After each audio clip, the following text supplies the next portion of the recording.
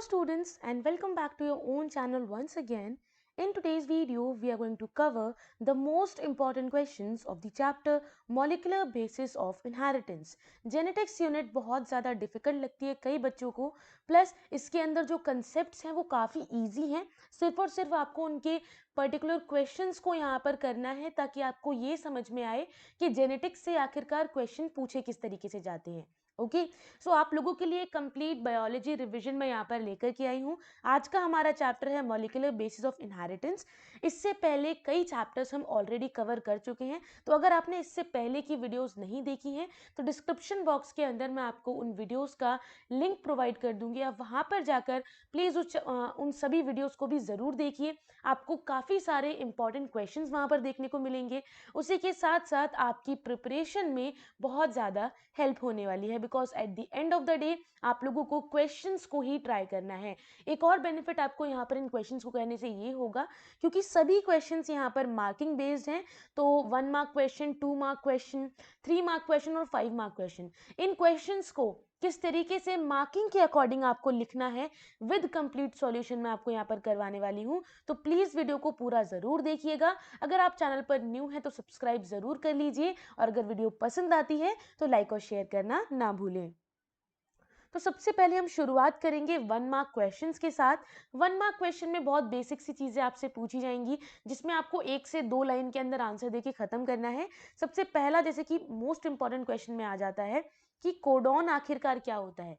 ठीक है, nucleotide base आपको पता है लेकिन आपको ये नहीं पता है कि कोडॉन क्या होता है. तो आपको इस चीज़ की डेफिनेशन ज़्यादा याद रखनी पड़ेगी कि एक सीक्वेंस जो कि ट्रिपलेट फॉर्म में होता है, ठीक है, किसका, नाइट्रोजनस बेसिस का, यानी कि अगर UAA है, दिस इज अ कोडॉन. ये 3 नाइट्रोजनस बेस एक साथ प्रेजेंट हैं, this is known as codon. ठीक है, और ये मिलकर एक सिंगल अमीनो एसिड के लिए कोड करते हैं. ठीक है, तो इनको क्या कहेंगे, इस सीक्वेंस को क्या कहेंगे, it is known as codon.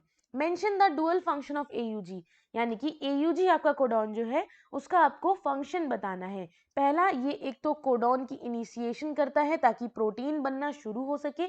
उसके बाद मिथियोनिन, ये यानी कि मैंने क्या कहा था, हर कोडॉन एक सिंगल अमीनो एसिड के लिए कोड करता है. तो आपका AUG एक कोडॉन है जो किसके लिए कोड करता है, it codes for methionine amino acid. Okay, मैं यहाँ पर आप लोगों को एक्सप्लेन नहीं करूंगी क्वेश्चंस, लेकिन आप लोगों को यहाँ पर मैं रीड आउट जरूर कर दूंगी, हर एक क्वेश्चन का आंसर जरूर बता दूंगी कि ये आंसर क्यों है और किस तरीके से आपको लिखना है, ताकि आप मेन एग्जामिनेशन में जब लिखोगे तो आपको कोई भी प्रॉब्लम नहीं आनी चाहिए. Okay, so name the enzyme that joins the. अब देखो किसी भी चीज को अगर आपका देखो कोई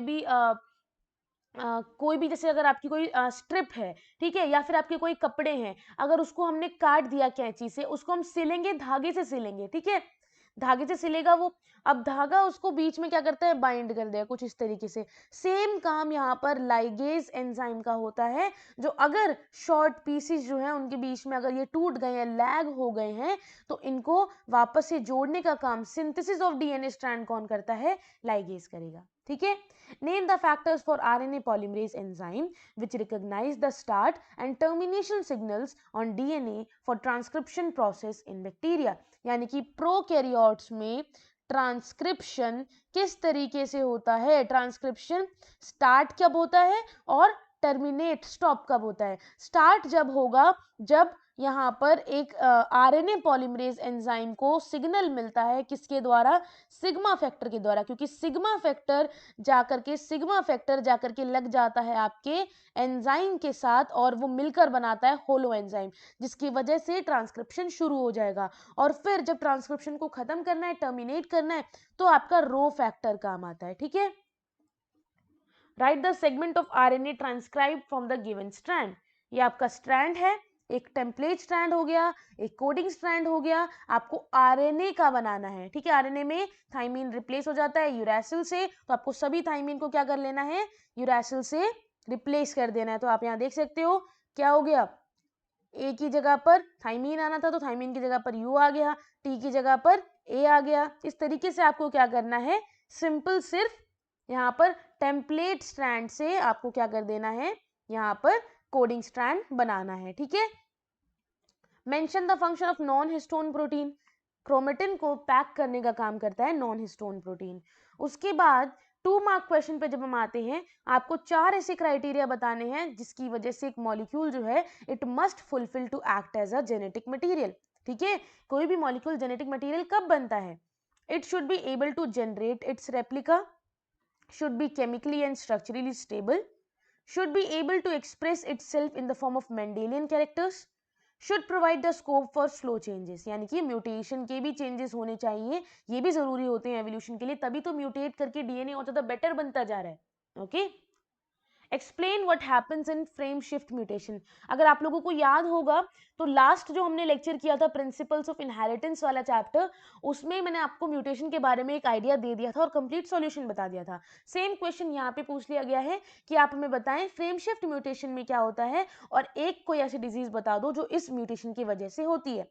तो फ्रेम शिफ्ट म्यूटेशन का मतलब है या तो ऐड होगा या डिलीट होगा एक क्रोमोसोम। ठीक है, क्रोमोसोम यहाँ पर होगा ऑफ 1 और 2 बेसिस इन, यानी कि क्रोमोसोम के अंदर, ये क्रोमोसोम है यहाँ पर ए टी टी इस तरीके से, तो एक किसी में या तो ऐड हो जाएगा या वो सब्सट्रैक्ट हो जाएगा। ठीक है, जिसकी वजह से प्रोटीन सिंथेसिस जो है वो कहीं ना कहीं रुकने लग जाएगा। What do you mean by central dogma? Central dogma का मतलब है सबसे पहले डीएनए का रेप्लिकेट होना, उसके बाद डीएनए से आरएनए बनना जो कि ट्रांसक्रिप्शन के थ्रू होता है, आरएनए से प्रोटीन बनना जो कि ट्रांसलेशन के थ्रू होता है। ये पूरा प्रोसेस कहलाता है सेंट्रल डोग्मा। यही है रेप्लिकेशन, ये transcription, translation. Why is DNA and not RNA is the genetic material in majority of organism? क्योंकि जो OH ग्रुप होता है न्यूक्लियोटाइड जो RNA के होते हैं वो ज़्यादा रिएक्टिव होते हैं एंड RNA को एक इजीली डिग्रेडेबल मटेरियल बना देते हैं, जिसकी वजह से वो इजीली डिग्रेड हो जाएगा। तो हमें ऐसा मटेरियल चाहिए ही नहीं, है ना। तो DNA जो है इसीलिए ज़्यादा होता है क्योंकि वो इजीली डिग्रेड नहीं होता। नेक्स्ट पे चलते हैं, एक second. So let's continue with the 5th question. The process of termination during transcription in a prokaryote cell is being represented. Name the label A, B, C and D. A is the, यहाँ पर आपको transcription का process दिखा रहा है, termination, most importantly termination, तो rho factor involve होगा, तो this is the rho factor. और ये आपका एंजाइम है, मैंने क्या कहा था, सिग्मा फैक्टर हो गया, रो फैक्टर हो गया, ये आपके एंजाइम के साथ जाकर ही एड ऑन होते हैं। ठीक है, उसके अलावा एक सेकेंड ना, उसके अलावा आप देख सकते हो ये आपका डीएनए का मॉलिक्यूल है जिसको इन्होंने ए यहाँ पर बताया है। उसके बाद एमआरएनए ट्रांसक्रिप्ट, ये बनना जो शुरू हो चुका है ना, ये एक स्ट्रैंड से बनना जो शुरू हो गया, ये है आपका mRNA. Next, mention any 4 important characteristics of genetic code. Genetic code यानी कि उसके क्या क्या इंपॉर्टेंट फीचर्स होते हैं। पहला, हर कोडॉन जो है वो उसके पास 3 बेसिस होते हैं। हर कोडॉन जो है सिर्फ एक ही अमीनो एसिड के लिए करेगा। कुछ अमीनो एसिड कोड होते हैं बाय मोर देन 1 कोडॉन, जिनको हम जो कि डिजेनरेटिव भी माने जाते हैं। कोडॉन्स जो होते हैं वो कॉन्टिन्यूस मैटर में उन्हें रीड करते हैं, एक ही डायरेक्शन होती है, इसलिए उसकी कोई पंचुएशन नहीं है। ठीक है, अब आ जाते हैं 3 मार्क क्वेश्चन पे। आपको 6 पॉइंट बताने हैं डीएनए आरएनए के बीच में डिफरेंस। अब आपसे ये भी बोल सकता है कि भाई डीएनए के बारे में बताओ, ये बोल सकते हैं आरएनए के बारे में बताओ, और ये भी पूछ सकते हैं डीएनए और आरएनए में डिफरेंस बताओ। तो बहुत सिंपल है, यूरासिल थाइमीन और ribose sugar, deoxy ribose sugar, और इसका 3 prime 5 prime double standard single standard, ये सारे होते हैं इसके डिफरेंस, जो मैंने यहाँ पर नोट डाउन कर दिए हैं, आप इनको देख सकते हैं। उसके बाद name the 3 major type of RNA. 3 different type के आरएनए बताने हैं, उनके फंक्शन बताने हैं और ये बताना है कि मतलब क्या क्या वो बना रहे हैं। एमआरएनए, टीआरएनए और RNA, rRNA. MRNA is the messenger RNA, tRNA is the transfer RNA and rRNA is the ribosomal RNA. MRNA जो है वो एक सिंगल है, ठीक है, सिंगल स्टैंडर्ड आरएनए है, और ये क्या करता है, ये सीक्वेंस डिसाइड करता है अमीनो एसिड का। टीआरएनए एक ट्रांसफर का काम करता है, ठीक है, कोडॉन को यहाँ पर रिकॉग्नाइज कर रहा है, अमीनो एसिड को ट्रांसफर कर रहा है ताकि जहाँ पर प्रोटीन बन रहे हैं वहां पर अमीनो एसिड पहुंचे और अमीनो एसिड से ही प्रोटीन बन सके।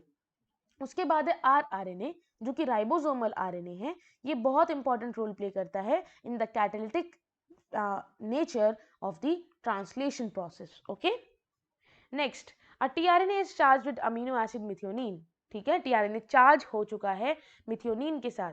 आपको बताना है give the anti codon of this tRNA, right the codon for methionine and name the enzyme responsible for binding of amino acid to tRNA.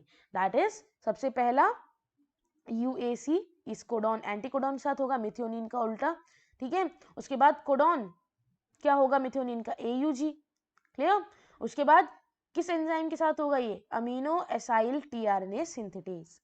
Human genome project मैंने पहले भी कहा था, इसका एक एक पॉइंट बहुत ज्यादा इंपॉर्टेंट है। क्या गोल होते हैं ह्यूमन जीनोम प्रोजेक्ट के, आपको सिर्फ सिंपली ये लिख देना है अगर आपसे पूछ लिया जाएगा तो, ठीक है। The base sequence on one strand of DNA is this, आपको बताना है बेस सीक्वेंस कॉम्प्लीमेंट्री स्ट्रैंड का, यानी कि जो स्ट्रैंड बनेगा उसका।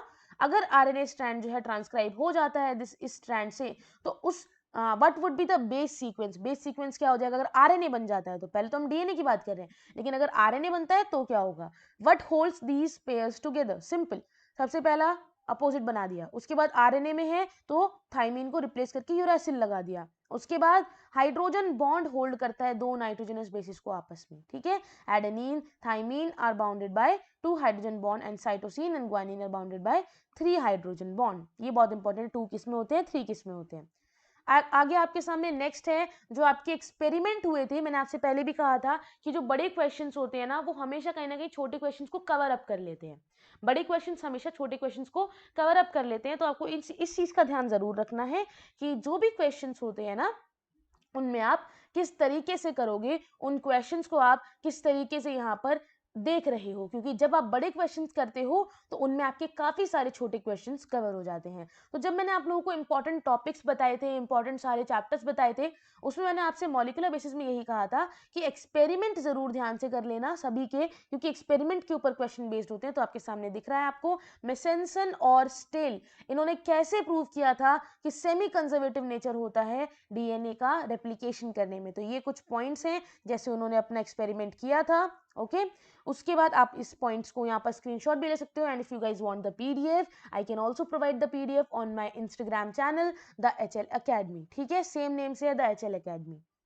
चलिए सेकंड क्वेश्चन पे आते हैं। लैक ओपेरॉन के अंदर क्या क्या होता है, कैसे ओपेरॉन स्विच ऑन होता है, कैसे ऑफ होता है, और किस तरीके से जीन को एक्सप्रेस करता है ओपेरॉन में। लैक ओपेरॉन के पास 3 तरीके के जीन होते हैं, gene Z, gene Y, gene A। Gene Z beta galactosidase के लिए कोड करता है, जीन Y परमिएज के लिए, और जीन A जो है वो ट्रांस एसिटाइलेज के लिए, ओके। उसके बाद इसमें और क्या होता है, प्रमोटर होते हैं। प्रमोटर एक ऐसी साइट होती है जहां पर आरएनए पॉलीमरेज बाइंड करेगा ताकि ट्रांसक्रिप्शन हो सके।